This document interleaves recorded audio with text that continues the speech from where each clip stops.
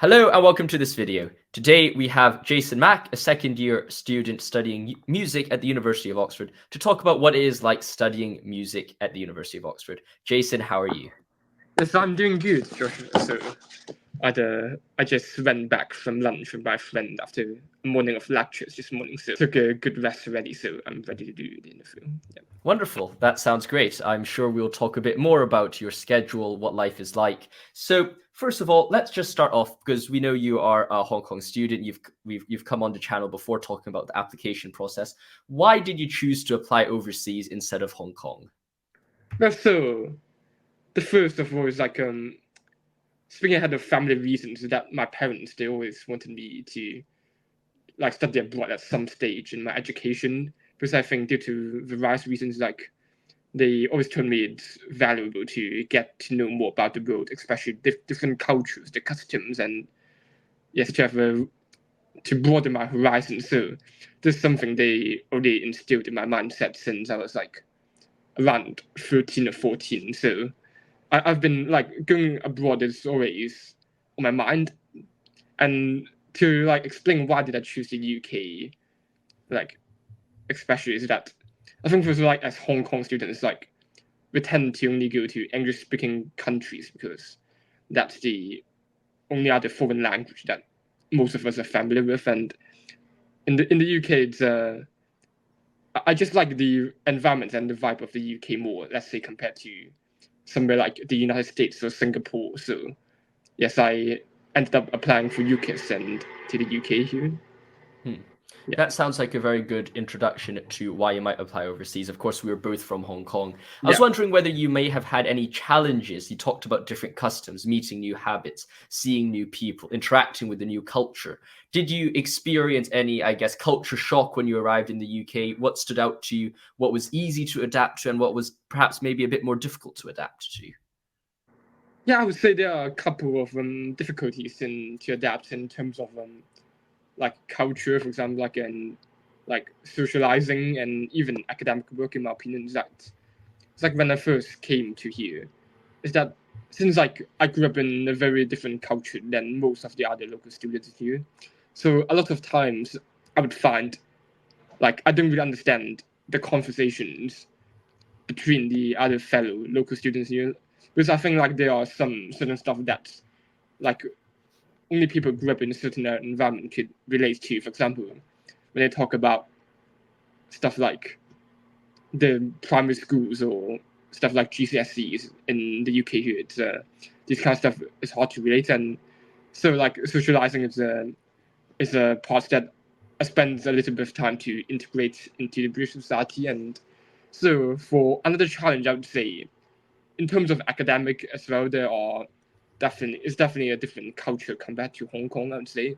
So I grew up in a local school, which I've said in the first part of the interview, if you guys have missed it.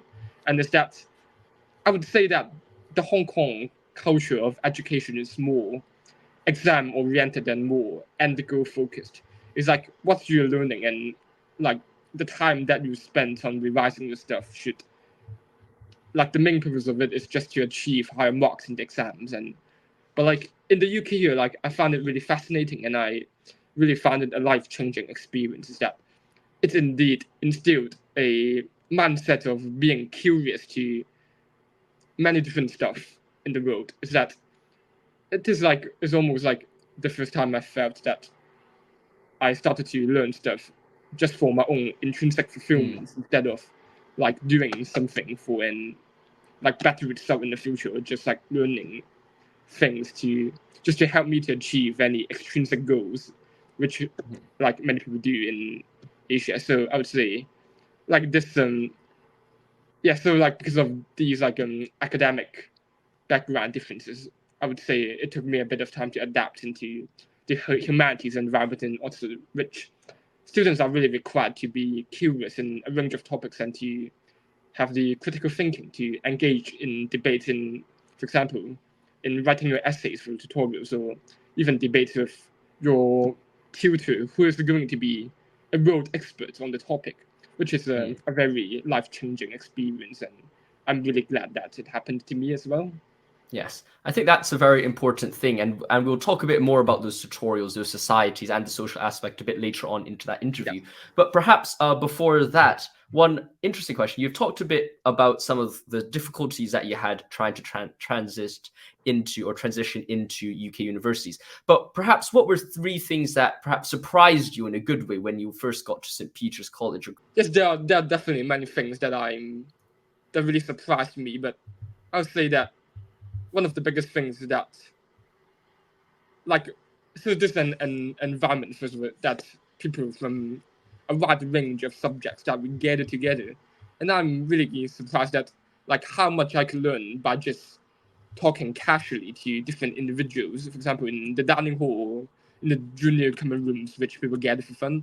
Is that whenever I engage in, for example, like not only academic conversations, but just talking about like individual feelings or how do we view different stuff. I would say that each person have their own unique thinking and their perspective that I benefited a lot from. It's like I've learned that there are so many different perspectives in seeing things, which I would say that prior coming to here, indeed, I was like I never thought that I could be that curious or I could like engage in that much critical thinking. So I think the most thing that surprised me is really how how curious and how I would say like how eloquent and intelligent everybody in here is, which I could really engage in meaningful conversations and learn from them. And this changed my habits a lot as well.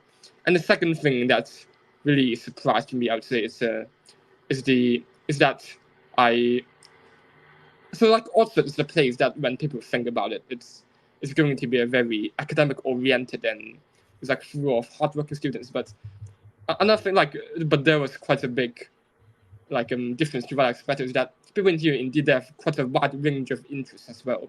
It ranges from cultural activities like, for example, like arts and music, and then to more strategy ones like chess or other board games. And there's like a wide range of societies in here as well. And like for our coming to here, I thought everyone in here would be like very they would just like focus on their studies and everything because like I grew up in Hong Kong, which indeed there was quite a big culture in try to like revise as much as possible.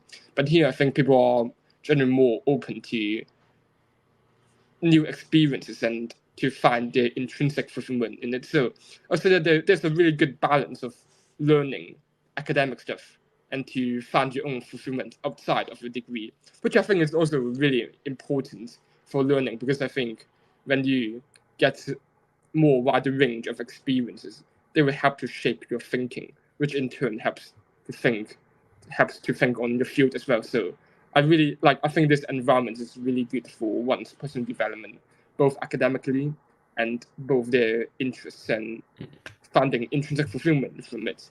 And then the last thing that I'm surprised is I would say is that there was indeed quite a lot to it's just that when I first came here I felt a sense of humility in the sense that I felt that I have a lot of work to do to really match my companions. But when I look back at this, I think it was like a bit of mindset that was self-torturing because I think each individual have their own strengths and weaknesses, and of course, I'm not saying that we shouldn't compare to each other too much, but I think having a sense of humility is good, but one also shouldn't feel too sad about it, but instead they should strive to learn from the good qualities from the other people they meet in Oxford, this wonderful place here.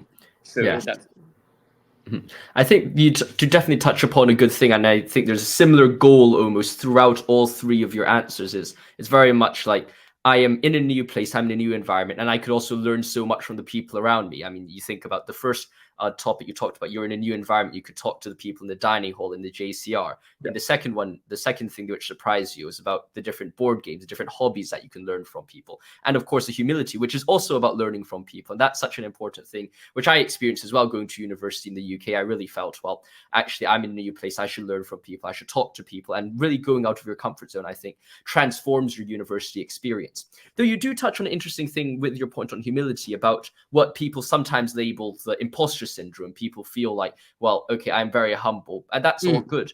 But then people might feel uncomfortable about really interacting with other people or feeling a bit out of place. I was wondering whether you experience imposter syndrome, and if so, how did you overcome it? Well, yes, indeed. I think like a lot of people in here at some point might have felt a bit of imposter syndrome. For example, like when you're in a gathering of a group of friends, when like for example like when someone touches a topic that you're not very familiar with, and but like it seems that like all the others, they have quite a, for example, a knowledgeable base of information or their own opinions about it. It's like these situations like this is easy to make people think that like they perhaps like their level of intellect or their knowledge base is not as good as like your fellow companions, which I think it's an environment that easily fosters such kind of, as you've said, imposter syndrome. But I think, yes, it's as I said, it's always good to learn from different people. So my recommendation, whenever like someone questions about this, or like for someone who is considering apply to Oxford, for example, but you question yourself, do you have the ability, something like that? I think like the most important part is to, first of all, to like, it's like, I think one has to accept that one like will not be able to know everything, and one should instead be striving to learn from each other. And like people have different their own unique strengths and weaknesses. It's just that it's always easy to see the strengths of other people and see the weaknesses of ourselves. So it's always quite easy to feel imposter syndrome. But I would say that it's I would say like thinking positively a bit more would be very helpful in helping one to learn more efficiently and to achieve success. So I recommend like anyone who is considering to apply to UK universities that is to definitely like always learn from different resources and your companions, and it's always like just take the courage to achieve high goals. I think that's a very important piece of advice, and it's a very helpful tool, because I think sometimes it's very easy to internalize a negative self-talk in your Yes. mind and get caught up in your own head. But then when you actually think about it, you also got accepted to Oxford, and that's no mean feat. So in some sense, by the very fact that you're already there in the conversation, it means that you must have something that you could bring to the table, and that confidence just to learn and that ability to learn is something which I think a lot of Oxford students share, and it's one of the best things about being at a top university is the type of people you're meeting. Now, you did talk a bit about the JCR, and of course, we're good friends, and I know about the work you do around the music department and also as an organ scholar as well. Can you tell us a bit more about what that is like, and kind of the role and how that interacts with your music degree, and how you kind of balance the commitments for those two together? What's a life like in a Oxford organ scholar? Oh yeah, sure. So it was quite an interesting question, and I would say that the organ scholar is, I'd say the commitment of it is essentially like a part-time job. So, for example, in my college, St. Peter's College, we do, since Oxford is an Anglican university, so like chapels around the college, they do like choral evensongs, which is a cornerstone of the British Anglican tradition. And the task of organ scholars is that they essentially play the organ for the services. Like they play some solo pieces and also accompany the choir. They also act as the deputy music director of the choirs, which, like many organ scholars, they serve under a professional director of music who acts as a conductor. And the role of organ scholar is like not only in the playing terms, but also sometimes a bit maybe training the choir and also on the administrative tasks of it. So essentially, I would say it is the commitment is really big as a musician in around Oxford, and like I would say like I generally spend around perhaps 10 to 15 hours on the St. Peter's musical commitments. So it's, I would say it's quite close to a part-time job, but many organ scholars also find these experiences very fulfilling because it's indeed a very splendid experience that you get to play in wonderful chapels, for example, twice a week. So like the frequency of services like vary across different colleges, but a lot of them do either 2 or 3 even songs a week. So yes, quite similar. So, and for how does it relate to my music degree? So, I would say that it is quite some overlapping and intersections.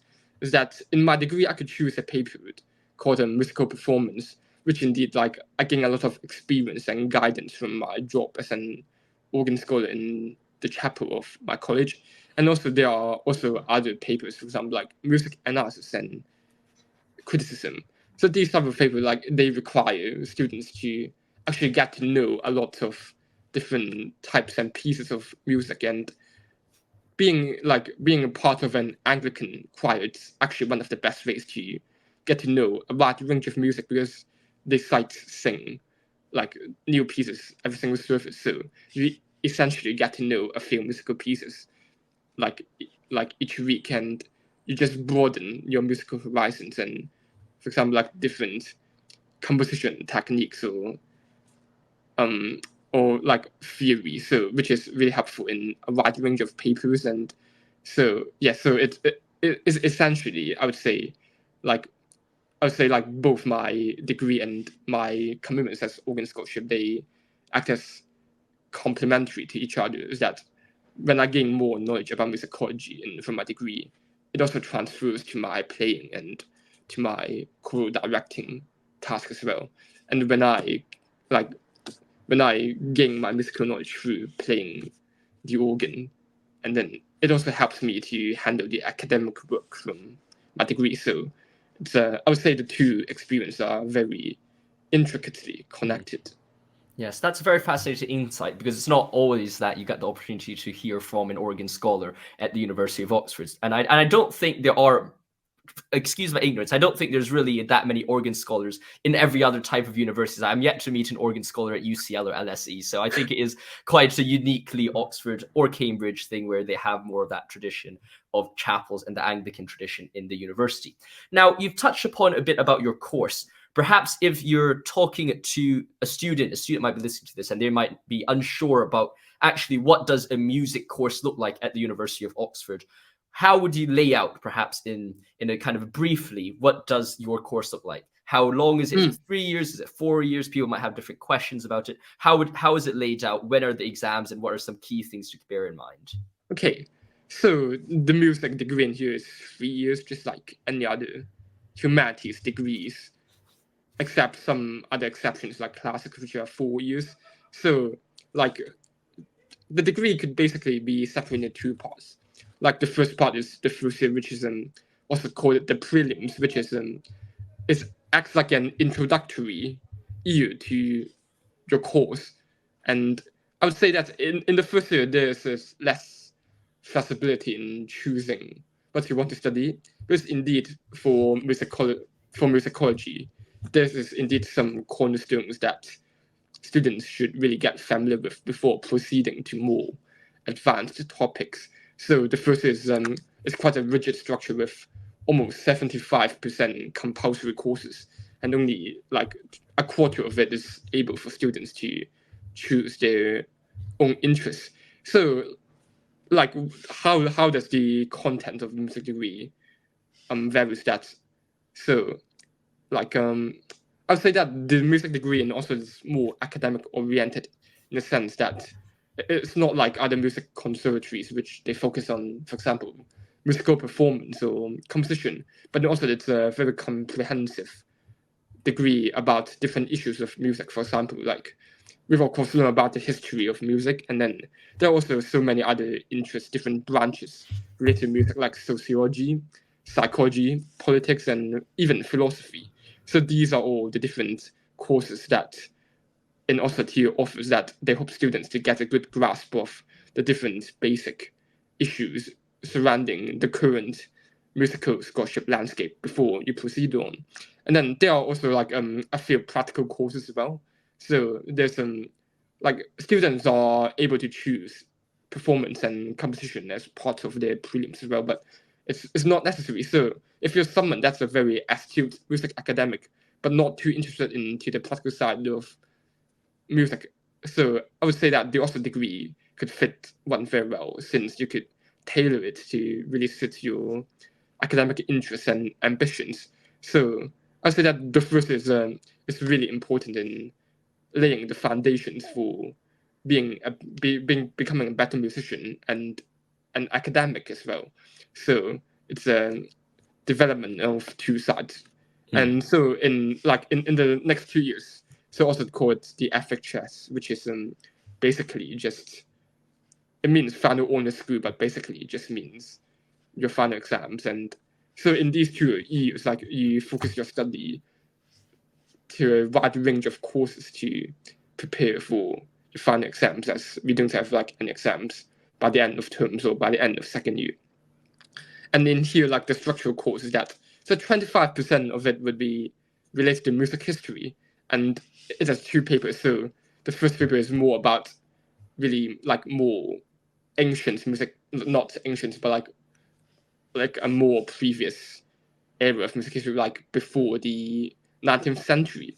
And then the second music history paper is more about histories in like after the 19th century, and there are a wide range of interesting topics. For example, like road jazz, which is studying about the political implications of jazz music across the world, and courses like women and popular music, which is investigating like how this issues like sexism and feminism intersect with the popular music genre, and how does it intersect with the industry. So it indeed has a really wide range of courses that I'm sure that could fit in with students' interests. And then the remaining of the course is and then after these 2 papers, the remaining of the degree is pretty flexible, and students could tailor it to different idiosyncratic ways that they're interested in. For example, like you could focus on music analysis if one is very interested in it, which you could like take a paper that costs like 25% of your whole degree. Or like if you're an ardent composer, so you could take more composition papers. Or like even if you're like interested in performance, so you could take papers like solo performance and chamber music, which is like playing with a group of musicians in different combinations as well.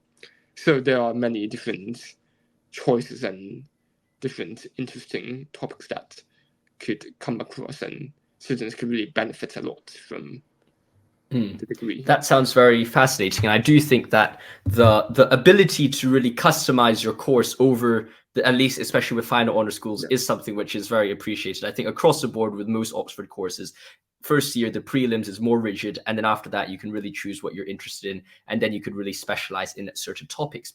Now, you did talk a bit about the workload when you talked about how many hours you spent as an organ scholar in the with the choir, and you also talked a bit about the workload that you have with your essays, your tutorials. I was wondering, what is the workload like as an Oxford student? And perhaps in extension to that, you could talk a bit like, what is the day in the life like for you? So how much time are you spending studying, socializing? How does that all fit together? Yeah, so the workload in Oxford is this is definitely an interesting question, and I would say it varies across different people. But like in terms, like in general terms, like for humanities degrees, so students usually write, for example, 2 essays a week to handle the tutorial. So typically a week in Oxford year, it consists of perhaps like around maybe 8 to 10 hours of lectures, and then maybe 4 to 5 tutorials, which is an 1 to 2 or even 1-to-1 meeting with your tutor on the paper. So yes, so these are the contact hours of it, and behind it, a lot of time indeed has to be spent to prepare work for the individualized tutorials. That I would say that so it depends on, for example, like how quick you write or how quick you go through the readings. But I say in general is that students usually work around 40 hours a week in Oxford. So maybe around 8 hours or 7 hours, like a day excluding maybe, and then a day off in maybe Sunday or Saturday. So that's how intensive the Oxford degrees are. And so for curious students, there's always like more that students could do. For example, like you don't necessarily just have to read within the reading list that your tutors or your faculty give you.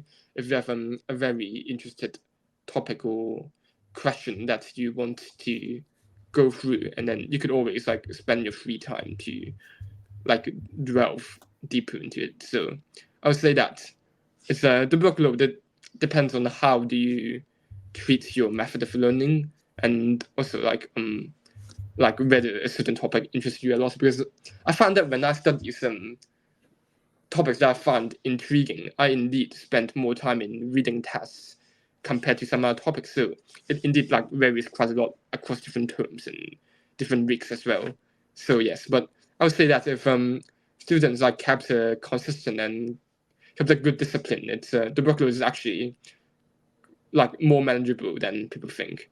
And so like but as a music student, like students also spend a lot of time in practical music making. So for example, like performance or composition or improvisation with other peers. So it depends on like so that it's really important to really balance your academic work and your musical interests in order to achieve a fulfilling musical life and also to That sounds like a very fascinating picture of the workload, and we will delve into some of the elements of an Oxford student's a week in a bit. But before that, I'd like to let you know that if you are enjoying this video so far, this video is sponsored and brought to you by Logos Education, a startup that I run to help you get affordable and accessible college application advice. So make sure you go check out Logos Education in the link below. There's a link in the description, so go check it out after this video. Let's carry on with this video. So another interesting part about the Oxford application, or actually the Oxford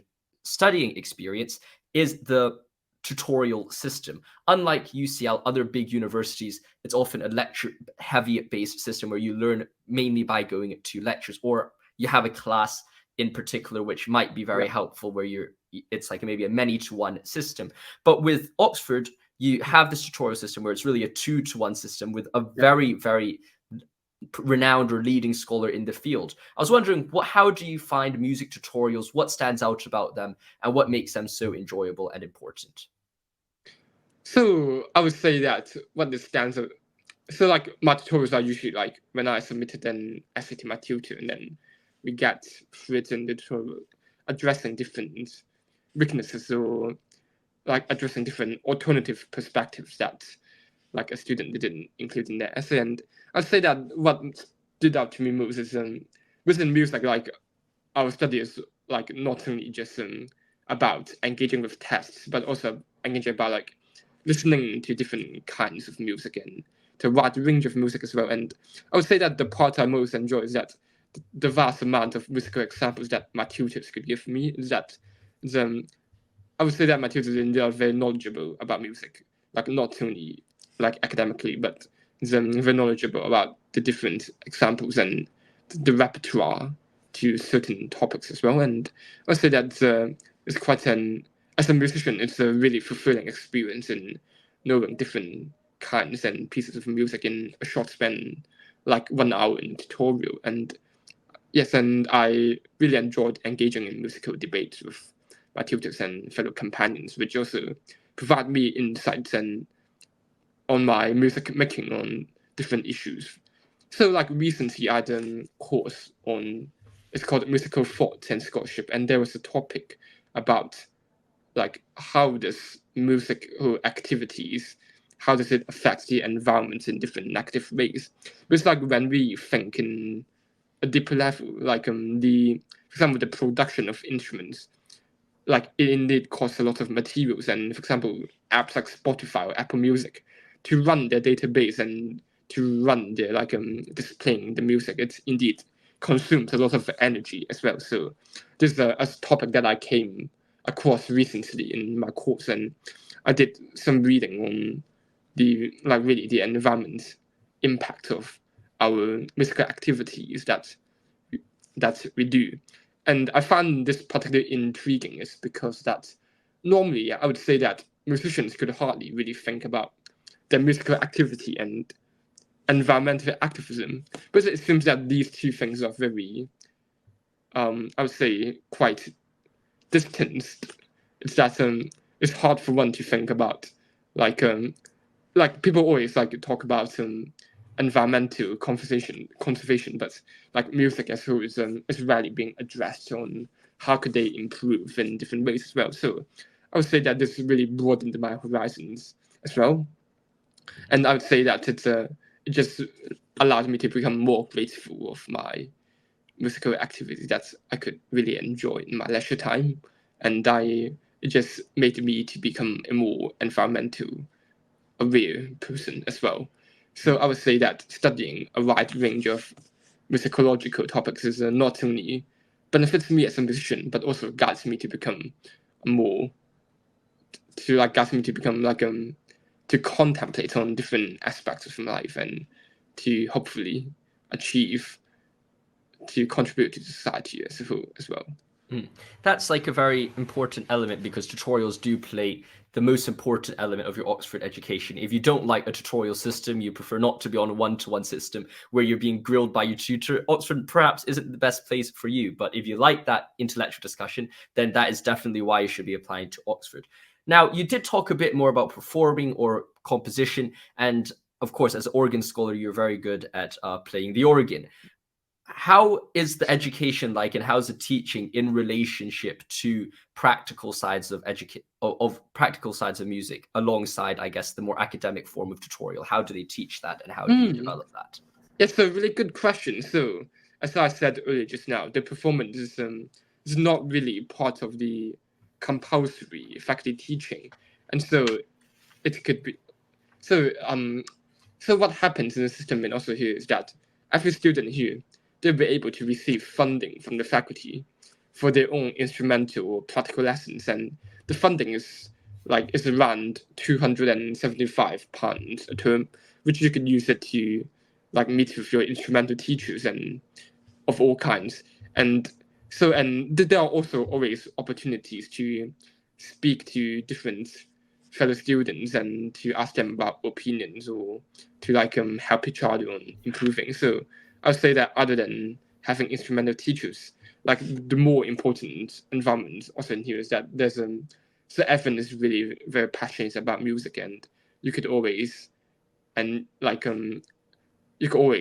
see the different perspectives of different ambitious and passionate musicians around you, and you could also easily meet people who could help you to achieve your musical commitments. For example, with as musicians, not everything we could do it in by ourselves. For example, sometimes we indeed need an ensemble and to play in orchestras to do system music, and the environment also is really beneficial to musicians in the sense that there are a wide range of ensembles and orchestras or choirs that could fit in different levels of playing. So everyone could definitely get the chance to do stuff other than solo playing. So this is really helps to shape the musician's ability and experience, which guides them to become a better performer. And also, in each culture, there is also going to be a director of music, which they are not academic staff of the faculty, but they act as the organizer of practical music making in their college, and they indeed give very valuable and precious advice and experience to students as well. As a lot of them, they run weekly recitals, which students would be able to showcase their talents and to perform pieces in front of the public. So these experiences and opinions are going to be really fundamental in shaping a musician's development. Mm-hmm. So now that we've talked a bit more about the education experience, let's slowly start wrapping up the interview and talk a bit more and take a step back and talk a bit more about life at Oxford. I guess as Oxford students, we're always seen as academics. We're always in the library, we're always reading, we're always writing or working on your subject. But that's not everything that Oxford students do. I was wondering, what societies have you joined since coming to Oxford, which you found quite interesting and quite helpful, just to let kind of the audience or the viewers understand what life is outside the academic course?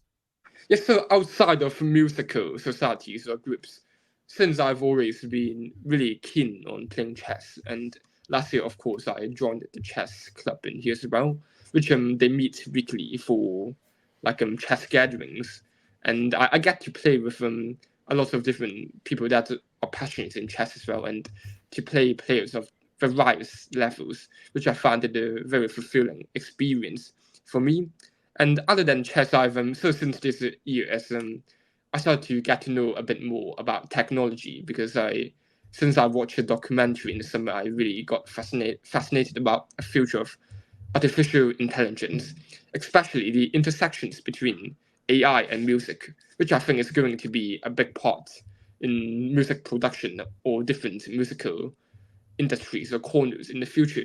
So in this term, I also joined the Artificial Intelligence Society around Oxford this term, and they hold very valuable speaker events, which I get a lot more insights about AI, and I get to make connections and chat with other fellow AI enthusiasts, which we discuss the latest developments on AI, then discuss our each individual opinions and dreams about like what could AI achieve in the future. And so I found these experiences very fulfilling and beneficial to me as well. And so there are like other various societies as well, and I get to like go to different events. For example, from the psychology society and linguistics society.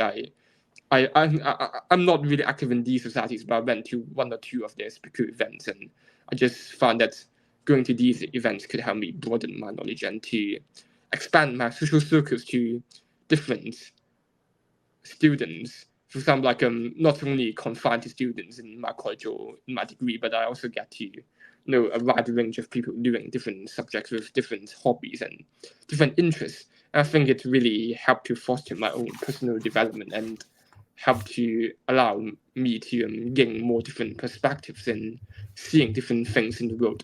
So I would say that student societies and events indeed play a big part in a student's development in Oxford. And I really encourage students in university, like not only in Oxford, but in others as well, to really participate and engage with the wide range of activities available to them. Mm-hmm. That's a really important thing because societies are something that I really love about Oxford. There's really something for pretty much everyone. There's not yet a fishing society, but I might end up starting that soon. But to the penultimate question, I do ask this to everyone. What is the craziest thing that you've done since arriving in Oxford? What's the craziest thing in uni so far? Oh, okay.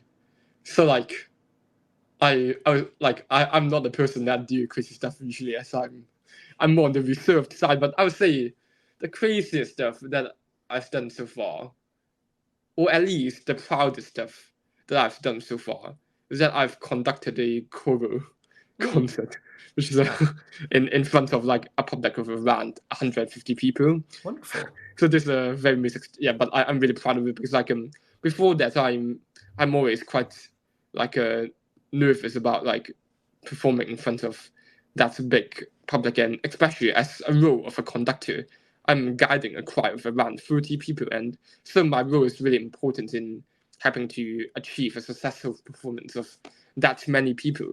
So, and I'm really proud of it because I wouldn't say that went perfect, but I really proud that I think that is like one of the times that I really helped to reduce my performance anxiety, and it instilled a mindset into me is that I could really achieve, like in my opinion, great things. So like it gave me the courage to try out for different stuff as well. And so I'm really glad for the opportunity that my musical director gave me in the Trinity term of my first year, which I'm able to stand on the conductor stand in the chapel and to perform pieces in front of big public, like not only students but also like the residents from Oxford coming to our chapel to listen to our choir. So I would say that's like not necessarily crazy, but I would say that that's first of all like the proudest, the most fulfilling, and also I would say it's I really took a big leap in terms of my mentality in that occasion. So yes, I would describe that. Yes, I can't imagine that, you know. I mean, I've always played the cello, but I've never really conducted anything, and I can't imagine how it is to conduct a choir or an orchestra in front of a large group of people. Now, for the last question, and this is something I do ask all our guests, is if you could go back in time and tell fresher you a few tips or one tip, just some things about how to best settle into university, going into studying Oxford, studying music at Oxford, what would you tell him?